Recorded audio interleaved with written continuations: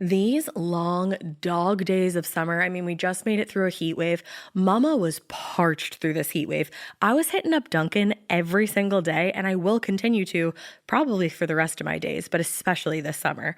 Dunkin' is helping everyone stay cool this summer with its lineup of refreshers.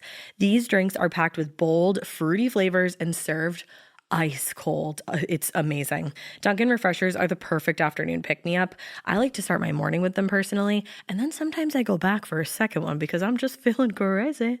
They come in a variety of delicious flavors, including fan favorites mango pineapple and strawberry dragon fruit. And then for a limited time, there's black cherry and there's pink pineapple. I'm going to tell you something right now, and it's a bold claim, let me tell you, but I stand behind it.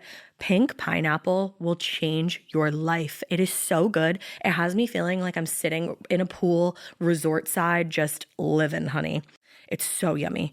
Try your favorite flavor with green tea, sparkling water, lemonade, or Dunkin's all-new limeade. I haven't tried the limeade yet, but I'm going to. Usually I get my drinks made with green tea and occasionally lemonade, but I do really like the green tea.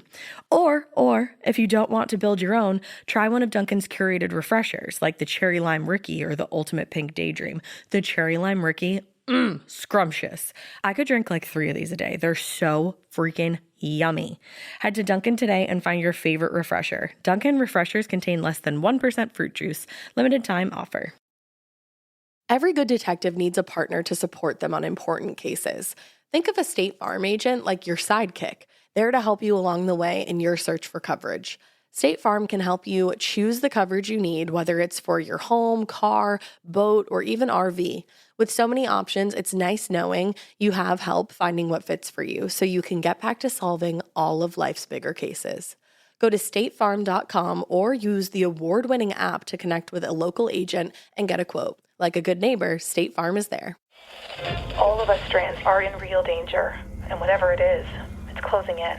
It started with just a few lost hairs here and there, but now more and more of us are disappearing every day. But listen, we think we have a plan. A way to stop the shedding. Pantene Abundant and Strong. Go now. It's not too late. Pantene Abundant and Strong. It's a 3-step system that reduces hair loss by 85%. Only the strongest will survive the shedding. Hey weirdos, I'm Ash. And I'm Alaina. And this is Morbid.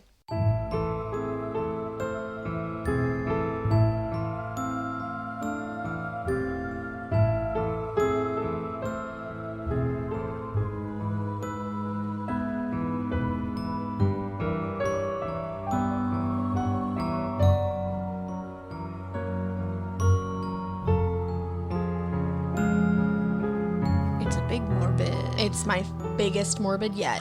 Not really, because it's just a one-parter, but I think it maybe will be my longest one-parter. Wow. Everybody is telling me that they're sensing growth, so. They're sensing growth. I try to give the people what they want. We love growth. You're like a tree.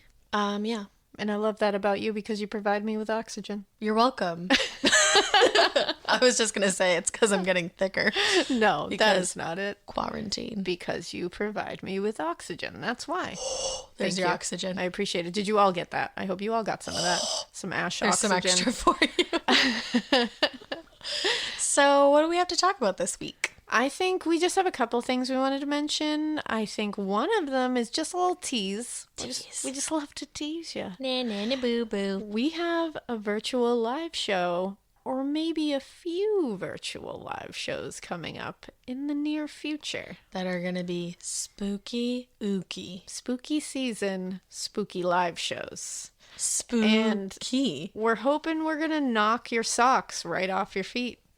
Yeah, mine just fell off, just thinking about it. I hope so. I hope everyone's socks just blew off of their feet. Oh, speaking of socks, I mean, this doesn't matter at all, but I just went to Target the other day and bought like 8 new pairs of wool socks. So that's really great. You should do that and double your pair so that when we blow your socks off, you have one left. But I think it might blow both of your socks off, like both pairs. Well, this information, we will relay more of it and details, when everything's locked down. We will let you know on the pod and on our socials. So don't worry, you're going to know as soon as we have all the details, but get excited. And there's another thing to get excited about. What's that? In the next week or so, I think I mentioned before, I said in the next couple weeks, but now we're saying the next week or so, we're going to be adding some new merchandise Yippee! to shop.morbidpodcast.com. And it's going to be really great. And We're really excited about these designs, yeah, too. these are the ones that we were like, these are designs that we need in the shop. designs. So I think you guys are really going to like them. Yeah, I want to order them like ASAP Rocky. Oh, yeah. I want all of them. And I think that's it for exciting news. I think so. I think the only other thing I wanted to like quickly say was just everybody loved John's tale. Oh my God. Not my John, but like writer John in the Listener Tales episode that we just posted. You know that I don't often like listen to Morbid like on my own because I think that's a little bit weird. I listened to that again this morning because I wanted to hear that story again. Because the tale was so good. His name is John Allen and he's a writer, and that's a great writer name. Right, and everybody was freaking out about it and was like, John, send more. And he told me that he will be sending his supernatural story in. And I'm waiting with bated breath. I'm so excited because you know what? It's going to be on the next Listener Tales. Oh, yeah. I'm looking out for that one. Yeah. So I just wanted to let everybody know that, we agree. John's amazing. And I hope John hears this and knows we just can't get over it. It was so much fun to read. It was so much fun to write. It's so much fun to listen to. So thanks for that. Yeah. Thanks for everybody for their Listener Tales also. Yeah, because you guys are all great. You're guys just all not as rock. great as John. I mean, we're all playing for seconds to John. I'm all kidding. of us, each and every one of us, including us. But we're all there together. Yeah. And at least we have a leader in John. He is a leader. So I just wanted to shout him out again because that just was, it was just everything. Just too good. And I think with this weekend being kind of like a bummer weekend with, RBG passing and like, pouring out for RBG. Bailey's blind. My dog is straight up blind, and we're waiting to get her surgery on Wednesday, which, by the way, thank you so much to everybody who expressed, concern for Bailey. I appreciated that. She's the fucking Morbid podcast dog. She's my first baby, and she's going to be okay. And Wednesday, she's getting her surgery, and hopefully she'll be able to see out of one eye, and it'll be great. So It'll be awesome. But you know what? I think John's story was like a light in the darkness, so we appreciated it. This story is going to be a dark in the darkness. What story are we talking about? So first things first, I love you all so much, and I love learning new things. French pronunciation, even English, really. I'm still working on English pronunciation, so don't at me. And also don't at me with the French pronunciation because I'm going to try my hardest, but I'm going to be wrong. It's tough. Yeah, so it's tough. Thank you. The Paris Morgue episode I did, it was a tough one. I'm just going to say ha after everything. There you go. And then you're going to tell me that's offensive, so I won't. I'm just kidding. Except our French listeners will be like, that was funny. So this week for my episode, we're going to be talking about the crimes of the Papin Sisters. Papin. The Papin Sisters. And they are Christine and Lea. Ooh, Lea. And they're all kinds of fucked up. They certainly are. And it all started, Alaina, with a faulty iron. Did it? I had no idea. As it always does. But the worst things in life begin with a faulty iron. I mean, think about it. They do. Yeah, absolutely. Do. And this did. But there's way more to it than that. A wrinkle. A wrinkle in time. Christine and Lea had been working for the Lancelin family. That's wrong, but I tried. For 7 years as housemates. They lived in the 2-story townhouse with former lawyer Renee Lancelin, his wife Leone, and their grown-up daughter. We in America say Genevieve, but I did find out that in France they say Geneviève. Oh, I love that. And that's just like sexual. Geneviève. If your name's Geneviève, like, ooh. That's great. So yeah, Geneviève. That really is like a whole, that's like a sexual identity. Yeah, it is. Geneviève. Today I'm feeling very Geneviève, so watch the fuck out. I love it. Christine, which is like a great name, but it is. It's great. Not as exciting to say. In fact, like shout out to, and that's why we drink Christine. You know what? I literally, this is one of the first episodes that, and that's why we drink did. Oh. And right when I started listening to them, I was like, holy fuck. Like, that's a good story. Good story. So shout out to Em and Christine. Yes. So Christine in this story was 27 and Lea was 21, and they shared a small room in the attic with one bed, but their room was heated and had a balcony. And the fact that they had a balcony in a heated room was like a very big deal at the time. That's bougie. Yeah, because most servants did not have those kind of straight up fucking luxuries. No. Like, heated room, balcony. What more can you ask for? I'm saying, we're in the servants' quarters in my house right now. And there's no balcony. There's no balcony, and there's very modern heat. Well, and we can't even have the heat on when we podcast because it's loud. Yeah. So I mean, I'm already doing worse than Christine and Lea. They're doing better than us. I also read in one source that at the time, and this is around like the 1930s, that insurance was starting to be a thing, and Renee gave them insurance if they were injured on the job or something. Wow. So that, and it was like very new, and not a lot of servants were getting it. Progressive. Yeah, and I shouldn't say servants, I meant maids. So their relationship with the family was strictly business. They didn't really interact much unless it had to do with the keeping of the house. In fact, in the entire 7-year period that they worked in the home, they had never spoken one word to Renee, and he had never spoken one word to them. Wow. And I'm probably saying his name wrong, like I can feel like I am, but it's just you know what? To me, that's kind of living the dream. That is living the dream. If my boss... Don't interact with your boss at You're all. like kind of my boss, though. So I want to talk to you. Well, and at most times, so they didn't speak to Renee, and then their communication with Léonie was written through notes where she would instruct them what needed to be done that day, but like she wasn't like, hey girls, like how are you, good morning, like that was it. She was like, paper. She was like, dust every fucking thing in this house. I'm gonna check it out later. Do all the things. And honestly, I think it was pretty looked down upon anyways to be like chatting it up with your housemaid, so I think that's probably why they weren't all just hanging out with each other all the time. So Christine and Lea would work 14-hour days, gross, with 1 half day off on Sundays. A half day off. Yeah, right. You don't even get the full ass day. Damn. And like, I'm pretty sure the Bible is like, you're not supposed to do anything on Sundays, but... Yeah, that's supposed to be a day of rest. Yeah, but not for them. Not for me either, so don't worry. No, that's like your work day. Yeah, it's literally like a half a day. Yeah. Well, I read in most sources that they would go to church on Sundays, and then any other off time they had after the work day was over, they would spend together in their room.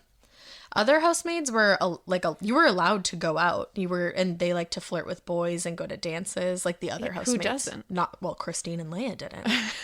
But like I said, Christine and Lea didn't seem interested. And I read in a couple sources that the only thing they did other than work in church was occasionally they would go to like this psychic medium lady. Huh. And this woman told them, now I'd like you to cradle your butt here. Okay, I'm holding it as we speak. That in a past life they had been husband and wife.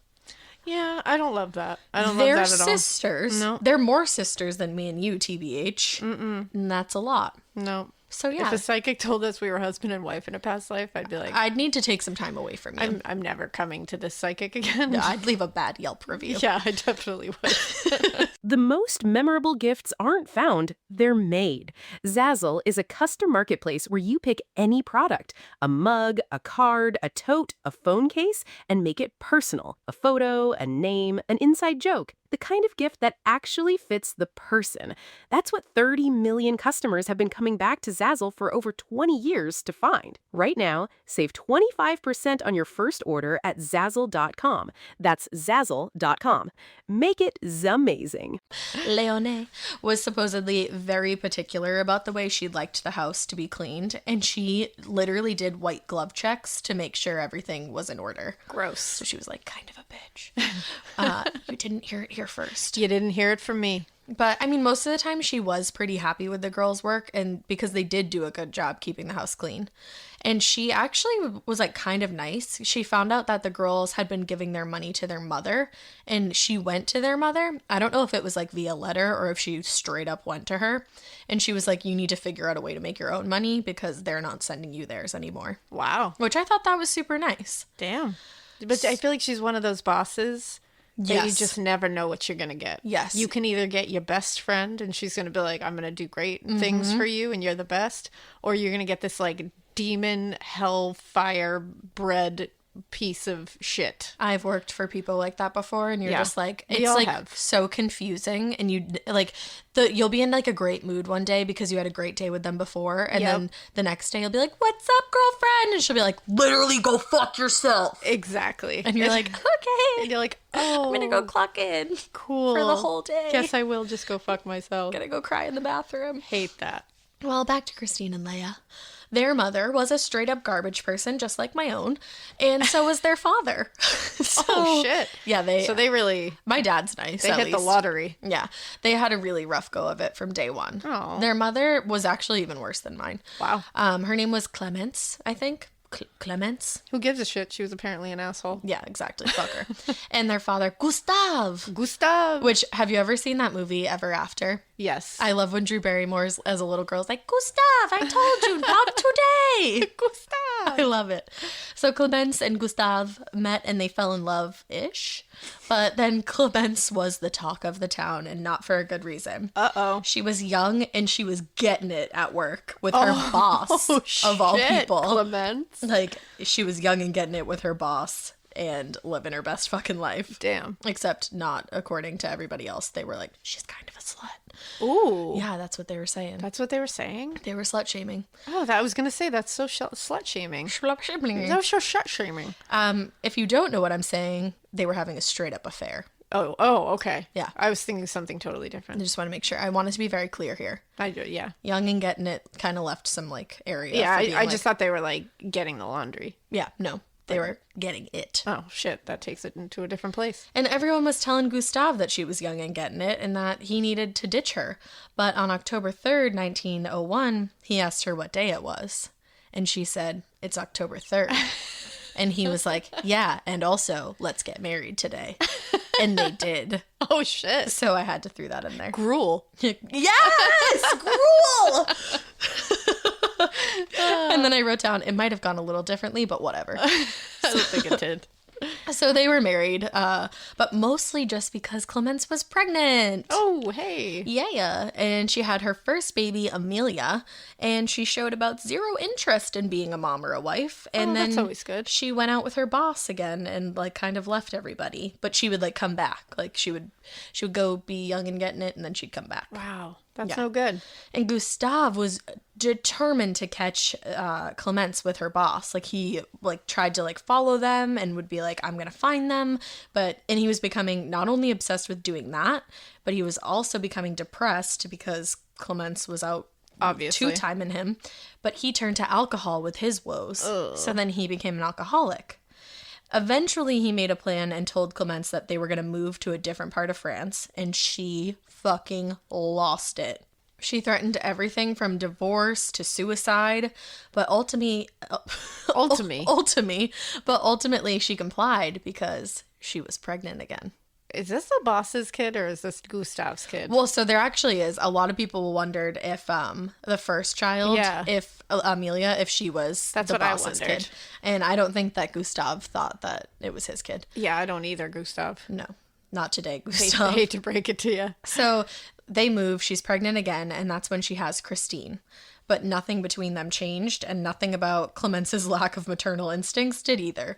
She was just constantly miserable and bitching that she didn't want to take care of both these kids, and she didn't want to be married to Gustave, which it's like, okay.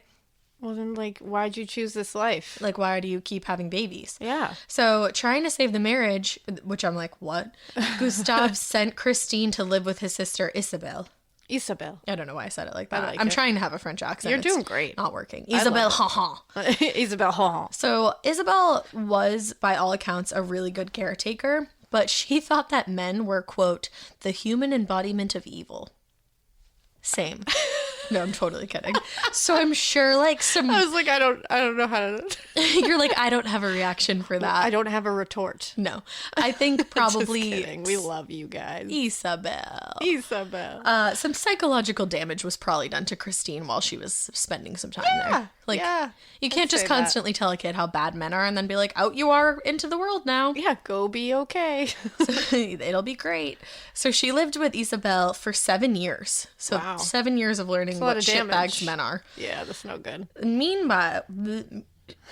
You okay? Yeah. Meanwhile, back in Shitsville, I wrote, Clemence and Gustave were pregnant again. All right, guys. Because I guess they hadn't come to terms with the fact that this whole, like, procreating situation wasn't really their thing. But I'm also wondering, I'm like, you know what? How much sexy time are they having? It's like, are these all the boss's kids? Okay, I'm glad you said that, because, like, I was going to say something about that, but I'm like... It doesn't sound like they're They're in very, I mean, unless they're having like, maybe they're having hate sex. I was just going to say like angry. So who knows? But that's not good. No. No, and you don't want to procreate with angry sex. No. Like that's definitely not good. the way. Well, they did, I guess. Many times. Potentially. Or the boss. I don't know. So this final daughter was named Lea. So we have Amelia, Christine, and Lea. Okay. Now this is when shit really hit the fan. Hi, Ryan Reynolds here for Mint Mobile. Are you looking for a beach read this summer? May I suggest your big wireless bill? It's got suspense, mystery, a slightly flat emotional arc, and a shocking twist where you realize you've been overpaying the entire time. Fortunately, though, Mint's story is better. Every plan, $15 a month. Even unlimited. That's it. Happy ending. Zero tears. Give it a try at mintmobile.com/save. Upfront payment of $45 for 3 months, $90 for 6 months, or $180 for 12-month plan required. $15 per month equivalent. Taxes and fees extra. Initial plan term only. Greater than 50 gigabytes may slow when network is busy. See terms. Because right after Lea was born, Clemence found out, and this is like a trigger warning for rape and molestation. Right after Lea was born, Clemence found out that Gustave had molested their oldest daughter, Amelia. What? Yes. Gustave. Yes. What the fuck, sir? And like I said, there were rumors that it wasn't his biological daughter, but either way, he's like a horrible monster. Yeah. Because she would have only been 10 years old at the time. Oh, fuck that guy. 10 years old. Fuck that guy. Now I know what you're thinking. Like, thank God maybe Clemence will probably go get her shit together and be a mom and like take care of Amelia.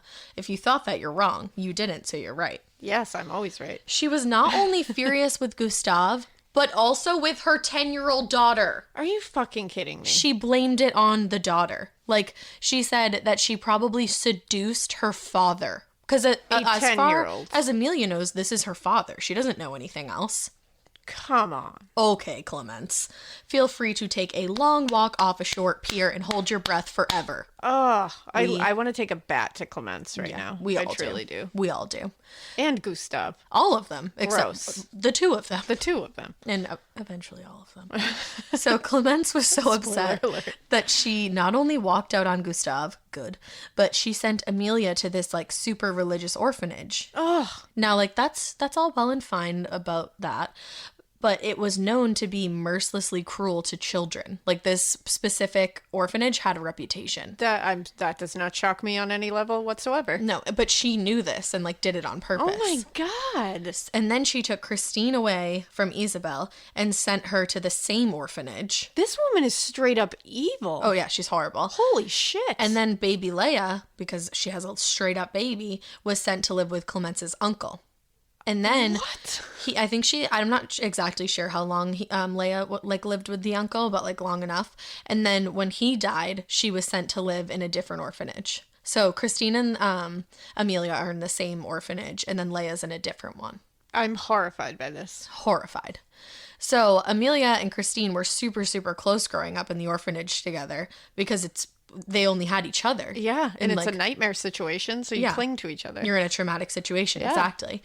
And hopefully it wasn't as bad as the reputation it carried, because Amelia actually decided to stay there and become a nun. Oh, wow. She joined the convent there. And Christine had such love for her sister that she wanted to do the same thing. She really looked up to Amelia, and she was like, if Amelia's doing this, I want to do it. Like, it's going to be great. And you're like, cool, like a sweet, pure ending to this horrible tale, right? Oh, no. Wrong, because it was too late for Clemence to stop Amelia from joining the convent because she was like too old at this point. But Clemence still had say over both Christine and Lea, and she wanted to get them both to work, which would lead to making her extra money so she didn't have to lift a damn finger. So how come this slimy asshole Clemence still has any kind of say over her children that she fucking put in an orphanage? Because I don't think DCF was a thing at the time. That's such bullshit. At this point, it's like the 1920s. That's bullshit. I know, it was really fucked up. So she sends them to go work, which is annoying. She sent Christine to work as a cook and a housemaid for a family. And Christine worked for a few families before she ended up working at the Lancelins. I don't know. Most of the families thought that she was cold and rude, probably because her fucking childhood and dreams had been destroyed. I was just going to say, I can't really blame her. Who are we to say? Who are we? I don't know. I mean, let's not feel too bad because shit hits the fan like big time later. Yeah, sure does. Remember that the iron breaks. Remember that. Remember the wrinkles. The faulty iron and the wrinkles and like the steam setting is far too high. Yeah. So when Lea gets old enough, she comes to work for the Lancelin family too. And Christine had been asking the family for a long time to hire Lea, like, please hire my sister, because really she didn't know her. Yeah, but she you're right. probably wanted to make sure she was away from her mom and like just take care of her the way that she had been taken care of by Amelia. Yeah. So she was over the moon when they agreed to take her in as a chambermaid. Christine and Lea, like I said, they got super close. So close that some people suggested there may have been a little more than just a sister's closeness between them. I truly detest that. Yeah, me too. Don't like that knowledge at all. You're really going to hate this knowledge. Uh-oh. In a few sources I read, and it's not in all sources, so part of me wonders if it's just to make the story more juicy, but then part of me is like, where there's smoke, there's fire. Leonie once walked in on them, quote, making love. I could have gone my whole life without knowing that bit of information. You're welcome. That's what you do to me a lot. You tell me a lot of things that I could have gone my whole life without knowing. Thank you for that. But here's the thing. I don't know if I believe that, because I feel like at that point in time, or really any point in time, like incest is grounds for termination. I mean, I would think that. Personally, if my housemaids, if I had some, were like young and getting it, but also related, I'd be like, you gotta go. Yeah, as soon as people start flowers in the atticing, it's time to... Great fucking movie. It's time to write the resignation paper for them and be like, okay. You would think, especially back then. It's been real. Because, like, everyone was super religious, and, like, you would think you wouldn't want, like, the devil's work happening in your home. But no. I don't know. I mean, I don't want that at all. But maybe she just really liked the way that they cleaned her house. If they're good... a good maid is a good maid, I guess. They're hard to come by, I guess. Yeah, you just slowly shut that door, and you go, and you walk down the hall. Yeah, that's what Leonie did. Leonie.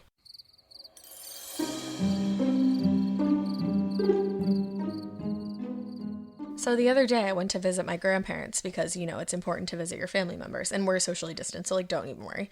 And also I had some mail there, and do you know what came in the mail for me at my grandparents' house? I know. My Hunt a Killer box, and I about shat myself. I was so excited.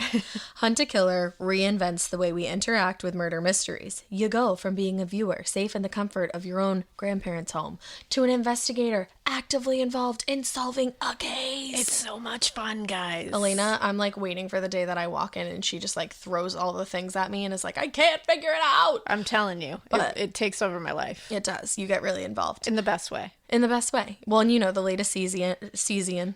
I love the Cesians. The Cesian is the best. Yeah, it's the only subscription box that has Cesians. Yeah, not seasons. It's different. JK. The latest season starts with Julia. Oh, yes. You know Julia. Oh, do I know Julia? Julia's got a lot going on. She straight up unearthed the corpse of a famous actress from the 30s in her family's theater. It was a busy day for Julia. Yeah, she got a coffee, she got a manicure, she unearthed a corpse. Yeah. As one does. And now the board of directors are trying to push Julia out, and the theater's reputation is on the line. And you know who has to fix it? Me. You, right there. Alaina has to fix it. You're going to sit there and you're going to help solve the cold case investigation before it's too late and Julia gets pushed out. With each delivery, you're going to sift through piles of documents, evidence, audio recordings, and case files, eliminating suspects until you crack the case. Who killed the corpse that Julia found? I don't know yet. Who stole the cookie from the cookie jar? Well, it brings the fun of an escape room straight to your home. And Hunt a Killer is easy to play, whether you're solo or with family members or your grandma during this time. You can even join the spoiler-free community online that has over 100,000 members. So you can share theories with each other and be like, oh my gosh, did you eliminate this yet? Like, what about this dude? Hunt a Killer has over 2,000 5-star reviews on Trustpilot. It's no wonder why people love them so much. Plus, part of the proceeds for every box goes to the Cold Case Foundation, an organization that is dedicated to helping with real-life cold cases. Literally, as soon as this episode is done, I need to go eliminate more suspects. Right away. I'm so ready. And you should be too. Because right now, for just our listeners, you can go to huntakiller.com/morbid and use promo code morbid at checkout for 20% off your first box. Head to huntakiller.com/morbid for 20% off and to show support for our show. huntakiller.com/morbid. So let's get back to where this all started, Alaina. Please do. The iron. The iron. So the family's iron had been broken, and sometime in the morning or during the day on February 2nd, 1933, Lea went out to get it from the electrician who had been fixing it. Now, when she got it home and she plugged it in to do some ironing, this iron was still fucked up and it blew a fuse in the house and it cut out all the power. So the entire house just went black and they were like, well, fuck. Well, fuck, Lea. Fuck, Lea. Now, they normally would have fixed it, but the entire family was going to be gone that day. So they were like, I don't really want to. Let's just leave all the power cut. Right. It's fine. Léonie and Geneviève were going to be out shopping all day. And then after that, the family was going to have dinner with either a friend or a brother-in-law, depending on the source you read. Okay. So that like Dad, Léonie, and Geneviève are all going to be gone. Cool. So they're like, I'm going to ignore the iron. We'll figure it out later. And that was a bad plan. Uh-oh. Because Léonie and Geneviève stopped in the house, maybe to like change or like drop off shopping bags. I don't know. And they were greeted by Christine at the door. And they're like, why is it pitch black in here? And she explained to them what had happened with the iron. That's why the power's out. And according to her, Léonie was pissed and went to slap her. Now, she lost it, I guess, because this wasn't the first account of Léonie getting physical with one of the girls. There was one instance where Lea had missed like a scrap of paper on the floor when she was cleaning, and Léonie realized it, and she apparently pinched Lea so hard to the point where she fell to her knees and like grabbed the piece of paper. Oh, well, I get that. Yeah, totally. Yeah. I don't like when paper's on my What the floor. fuck are you doing for getting that scrap of paper on the floor? She's like, listen, I let you food your sister in my house. Make sure all the paper's off my fucking floor. Léonie, that's what she said. Oh, Léonie. So Lea, No, that's really fucked. that That's is like real fucked. fucked. So, but Lea told Christine that if something like that happened again, she would defend herself.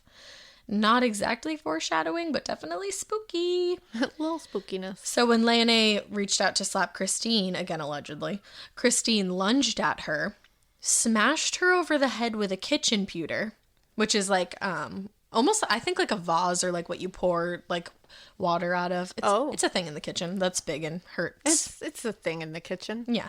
Geneviève, who had been on the first floor when this fight broke up, and Lea, who was in the attic, came running to the second floor where all the commotion was going on. Now, Christine turned then to strike Geneviève and began fighting with her. And then Lea joined in, apparently following her sister's orders, as she always had in the past anyway. Because Christine, I guess, had become more prone to like fits of rage like this, and Lea was trying to stay in her good graces. But doing that made her a vicious murderer, because the attack got even more horrific when the girls each gouged out the eyes of Geneviève and Léonie. That is very unique. They gouged their eyes out while they were still alive. Wow. Alive. That, like, logistically, that is Mania. really, it's just unbelievable to think about. Like, gouging someone's eyes out when they're alive. Yes. Because somebody who is alive while you're doing that is like, going to be fighting like a motherfucker. Like hell, right. Like, that takes a lot of rage and a lot of focus and a lot of, like, strength. And for the two of them to both have that. Yeah. Because they both did it. That just takes so much rage. I know. And you would think that, like, they're, like, something more would have happened for that to lead to this. But according to everybody, it didn't. Like, Christine and Lea later on say they're like, yeah, like, we mostly liked working there. Wow. So that truly is just like snap. Snap. So, yep, they gouged the eyes out of Geneviève and Léonie, and they kept striking them over the heads with the kitchen pewter. And then at one point, Christine went down into the kitchen to get a knife and a hammer. And when she came back upstairs, they each took turns with the weapon, just like brutalizing their bodies. Jeez. They slashed up Genevieve's legs, and some sources say that they mutilated both women's genitals. Holy shit. And some other sources say that they spread Genevieve's menstrual blood on her mother's body. What the Yeah. fuck? Yeah. That is some like poetic, fucked up demon shit. That's like some like I don't even know. And they said like a lot of the articles that I read about this, because Christine was a cook, they were like it was like she was like basting a turkey and like gonna like throw it in like the she was oven. marinating The dinner mother. Yes. with her child's menstrual blood. blood. Oh, Yes. Then it's almost some like deep shit, like it's symbolic. like her like reproductive system created this thing, which now I'm spreading their reproductive organs. Like, I didn't really think of it. I didn't think that far into it. It could go so deep if they were really trying to be like fucked up.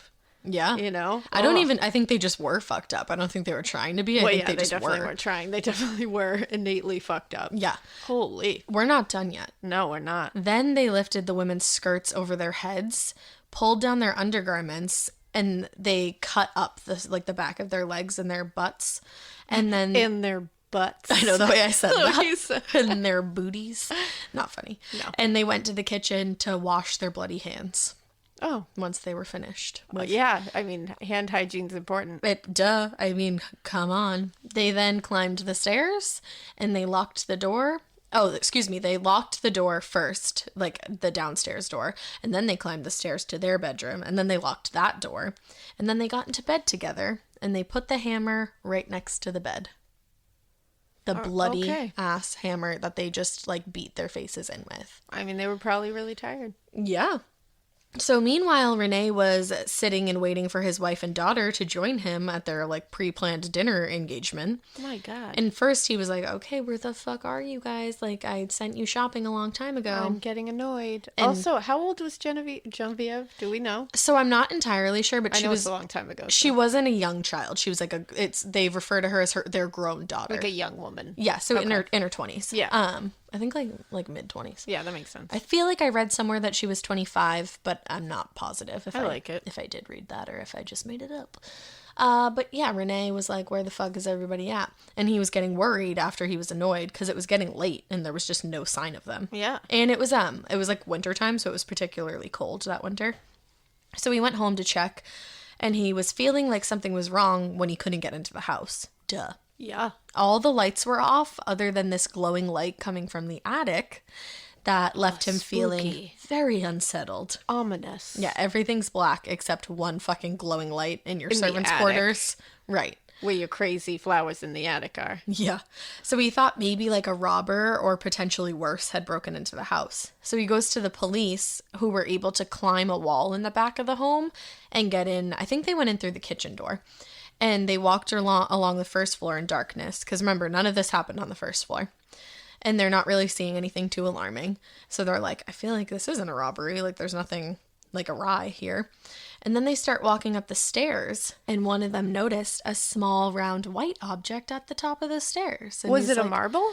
Nope. And he looks closer because he was like, is that a marble? Was it a bouncy ball? He said, maybe it is. And then he looked even closer and he shined his flashlight and he noticed that there was something looking back at him, but it didn't belong to a face. Ah! He noticed an eye at the top of the stairs. Ew. Lord. Can you imagine? So he's like, okay, something is really bad here. He's like, I feel like some shit went down here. I have a feeling that I'm about to find something horrific. Weird. There's an eyeball at the top of the stair. It's like when you shine a light outside in the dark and you catch like an animal's eyes. Yeah. That are like glowing. But at least that's attached to their faces. At least as far as we know. Yeah. So the further they got into the scene, the scarier it got because they came across the bodies of the woman and they were absolutely appalled at what they saw because remember, their eyes were gouged out in case you forgot. Gouged out. They had been like beaten senselessly with like a hammer, a kitchen pewter, a knife. Like their skirts are over their heads, which for the time they actually had to move their skirts back down so that they could photograph the bodies because in that time a woman couldn't be seen indecent. Yeah. So they come across the bodies and they're like, holy fuck. It must have been like the Mary Kelly scene in the Jack the Ripper. I can't even imagine. So both women's faces were beaten to the point where no distinguishable facial features could be made out. Leone's skull was completely smashed in on the right side of her face, and her eyeballs, do you want to know where her eyeballs were? Where were they? Tucked into the scarf that she had worn out that day. Oh, shit. Tucked into her Holy motherfucking shit. scarf. Teeth and bone fragments and blood were literally strewn about the entire room. But where were the housemaids? Where were they? So the police are climbing the stairs to the attic, and they're like fully expecting to stumble on like a more gruesome scene because they know there's 2 women that are missing and the housemaids are supposed to be in the house. So they're like, fuck, like we're going to find 2 more bodies. Like, is it going to get worse? So they try to open the door at the top of the stairs, but... Hey, it's Ryan Reynolds here from Mint Mobile. Now, I was looking for fun ways to tell you that Mint's offer of unlimited premium wireless for $15 a month is back.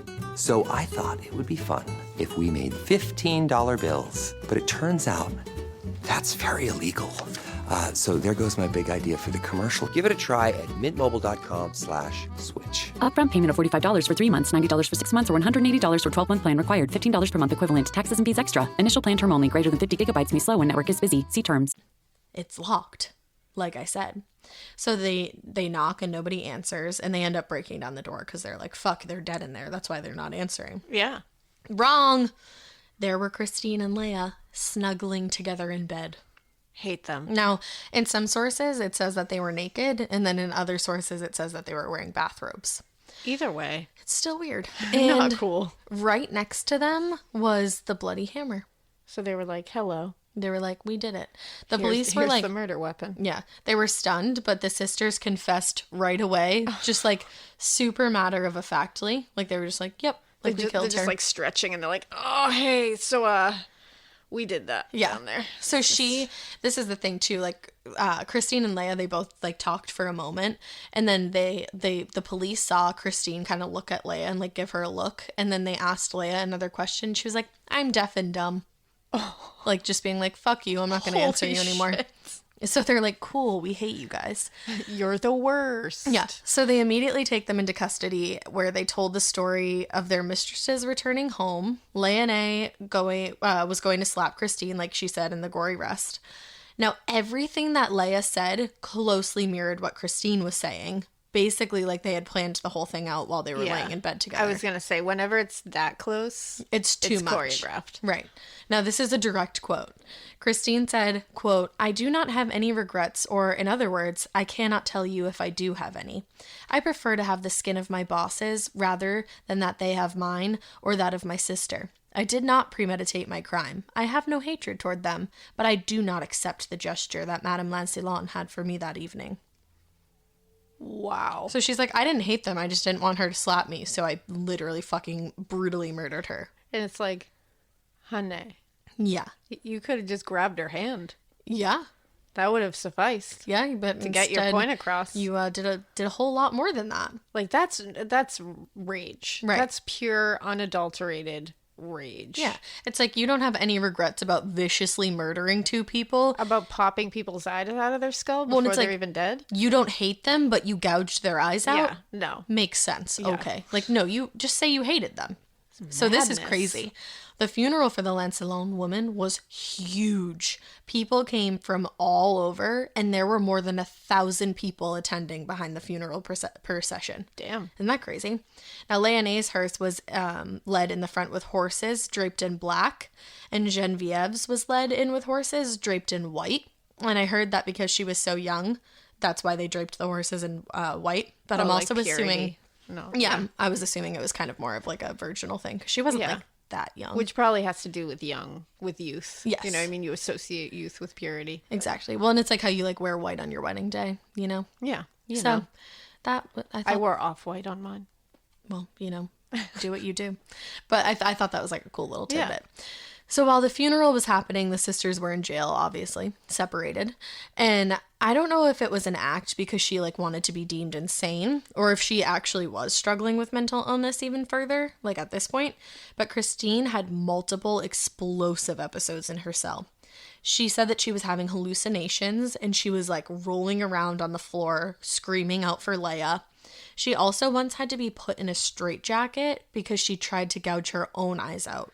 Yeah, to me, it feels like an act is an act, but to me, there's some severe. I think there's mental illness happening it's here.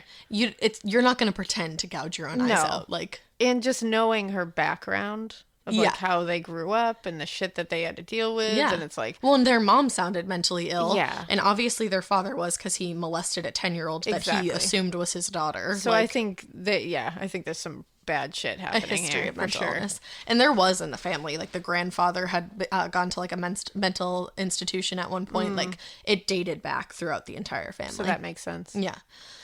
So at one point while she was in jail, she went to the court magistrate and told him that the most recent fit she had was just like the one she had the day that she killed Léonie and Geneviève. She said that she committed both murders all herself and that Lea wasn't involved. That's a lie. That is an absolute There's no way lie. she could do that. No, because and Lea still stuck with her story that she was involved and she ripped the eyes out and did everything that Christine did. And Christine's story was just completely changing, and it was because she was obviously trying to help her sister and like get her less time. For sure. So that sentence that they were, you know, they're going to get sentenced obviously. And they at the time it was still up to a jury to decide. Yeah. So that's cool. So it was September 1933, and the trial was just as big as the funeral. People from all over France wanted to be in on the moment, and there were like tons of differing opinions on this case because some people felt that the crime was the catalyst to change. Like there was a problem they felt in the way that society was designed with like some people on the top and some people on the bottom. I was going to say this sounds like a classism kind of thing. Exactly. And there were arguments regarding whether or not the girls really were suffering mental illness or if they were just pure evil. Yeah. And then there were people gathered there who were just horrified by the acts and they just wanted to see them go down. Look at lose. So there's just like so many people in on this. I would have wanted to be there for this. I absolutely would have wanted to be there. So the jurors went into deliberation for just 40 minutes after hearing the defense state a history of mental illness within the family, like I said. They argued temporary insanity, and they also argued folie à deux. Oh, which I love is folie à deux. The madness of two. So basically they're saying that like one person goes crazy, but because they're so close and connected, the other person's psyche goes crazy as well. Yeah, it's like a mirroring kind of thing. Yeah, and it's real. It's like mirror neurons. Yeah. That's a whole nother subject. But yeah, it's like the same kind of thing. It's cool. And I totally believe in folie à deux because I've seen it with my own eyes. And the prosecution argued that the girls were completely sane. They were just pure evil and sick of being underdogs. Yeah. So they came back, the jury, with a guilty verdict for each sister. Christine was sentenced to death by guillotine in the public square, but her sentence ended up being changed to life in prison because she started having like way worse breakdowns. Oh. She stopped eating and she eventually died in 1939 of cachexia, which is basically just like when you starve yourself. Oh. So she Ian Brady'd it. I literally was gonna say that. Yeah, she Ian Brady'd it. Lea was sentenced to 10 years hard labor, and so that's like definite. And then I read in some sources that she was also sentenced to 20 years of exile. Oh, wow. But that's only in some sources. So these are like the fanciest punishments. I love the thought of just exile. Just exile. Get out of here. Get out of here. Like, how are you going to make sure that she left? But she actually got out of jail in 8 years on good behavior. What? She only served 8 years for this fucking murder. Demolishing. Yeah, I feel like murder is not even like the correct word. So murder, mutilation, torture, all of the above. Holy. And she lived a long ass life. Damn. Like a long ass life. For some reason, she got back in touch with Clemence, which I just think is fucking weird. Yeah, guys, stop talking to that bitch. And it's like, it's your mom. She's the worst. I mean, I stopped talking to mine. I was gonna say. You can do it. It can happen. Yeah. And she worked as a chambermaid all over again. So she was a maid again. Well, this time she changed her name. She started going by Marie. Oh, damn. And it's like, we're going to post a picture, and let me just tell you, both of these girls have very distinct faces. That's all I'm going to say. That's a nice way to call somebody ugly. So she... We got two Mara Hindleys, yeah. A little worse, in my opinion. Oh, really? Worse in a different way. Yeah. They're just Myra's a very unique kind of ugly. Yeah, I don't know. So... I don't know. So she did an interview, what's her face? Marie now. AKA Lea. And she did an interview with Francois newspaper, I think is how you say it. Love that. Or like, if you're American, Francois. Probably Francois. It's Francois. And she told them, and now this is a direct quote, "I do what I can to keep my room simple so that my sister, who watches me from above, because I'm certain she's in paradise, doesn't laugh at me. I pray for her. I pray for our mother who lived with me until she died, to help me. And all at once I didn't pray anymore. Christine watches me. She is always beautiful and young. She smiles as in the old days, with irony. I come apart, I shrivel up, I sweat from fear, I faint. Lea, honey, you okay? No. You okay? She also told the newspaper that she wanted to become a nun like their oldest sister when she didn't have to work anymore. I feel like you don't have the qualifications for that. I don't think Jesus is going to be into that one. I don't think he's going to be psyched to be married to you. He's going to be like, no, sister. No, thank you. Literally. No, definitely not no, sister. No, not a sister. Now, Lea died in 2001. Wow. Isn't that nutso? I didn't know that. She lived a long-ass life. Holy shit, she rang in the millennium with She was literally like 89 or some shit. She was getting her shit ready for fucking Y2K along with the rest of us. She did, probably. Holy shit. I know. That's blowing my brain apart. Nuts. Wow. So people have continued to be fascinated with this case for years. There's actually like a webpage that you can go to, and it's all the different works that people have like used as inspiration. Oh, I love that. It's cool. So I'm going to name a couple, and I'm probably going to like butcher these names. So Jean-Pierre Denis directed a French film based on the case in 2000 called Murderous Maids. Love it. And then Jean Genet's play, The Maids, was based on the case. And so was the play My Sister in This House by Wendy Kesselman. And that's there, like I said, there's a ton more. That's just to name a few. Oh, cool. So that is the story of the Papin Sisters. Damn. Yeah. That is bonkers. They straight up gouged people's eyes out, and then one of them just went on to be a fucking maid again named Marie. Folie deux. And she was like, I still see my sister. I still see my sister. To this day. And And I then faint. she was like... I love that she was like, and I faint. And I faint. And I shrivel up. She sweats. And she faints. She kept her room clean so that Christine wouldn't laugh at her. Yeah, I mean... Like, what? I'm not keeping my room clean so that you don't laugh at me someday. I'm gonna laugh at you. That's fine. I just think it's so crazy that we were all preparing for the world, all the technology to shut down. And Marie was like cleaning chamber pots. Lea/Marie was like, me too. Yeah. Me too. Samesies. And then the year later, she was like, I'm out. And she was like, I'm going to go to paradise with Christine, and then was joined in the fiery pits of hell. Exactly. Yeah. Where they are getting eyeballs thrown at them. You have to wonder, constantly. though, because we're sitting there saying, like, there must have been some kind of, like, mental illness. But then it's like, she went on to live for so much longer and obviously never did anything like this ever again. That's the other thing. And it's also like, we can sit here and look at it and be like, that sounds like mental illness, but they weren't diagnosed with anything. Right. But so there's a very distinct possibility that they were just evil sons of bitches. Yeah. And you know what? Actually, it reminds me of the story, and it's a mini morbid that I did alone, the Silent Twins. Yeah.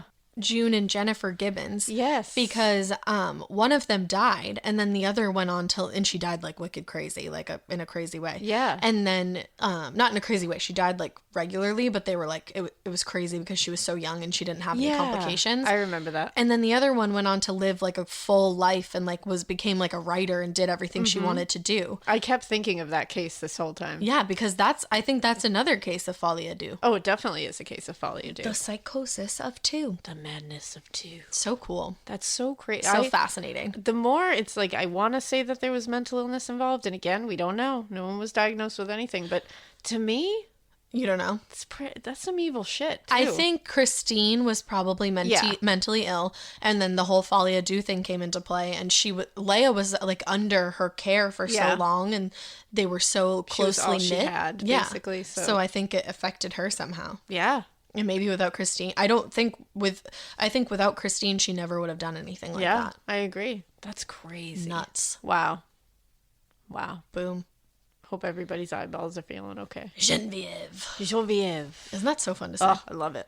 So yeah, if you want to see pictures of them, like I said, what did I say? They're interesting. Yeah, totally. Very distinct. Distinct face. It's a nice way of saying you're Hindley ugly. face. Yep. You can go to Instagram and check that out at Morbid Podcast. Hit us up on Twitter. A Morbid Podcast. Send us a Gmail. morbidpodcast@gmail.com. And shop our new merch at shop.morbidpodcast.com. Yay. We hope you keep listening. And we hope you keep it weird. But not so really got somebody's eyeballs out. That's really all I have to say about that.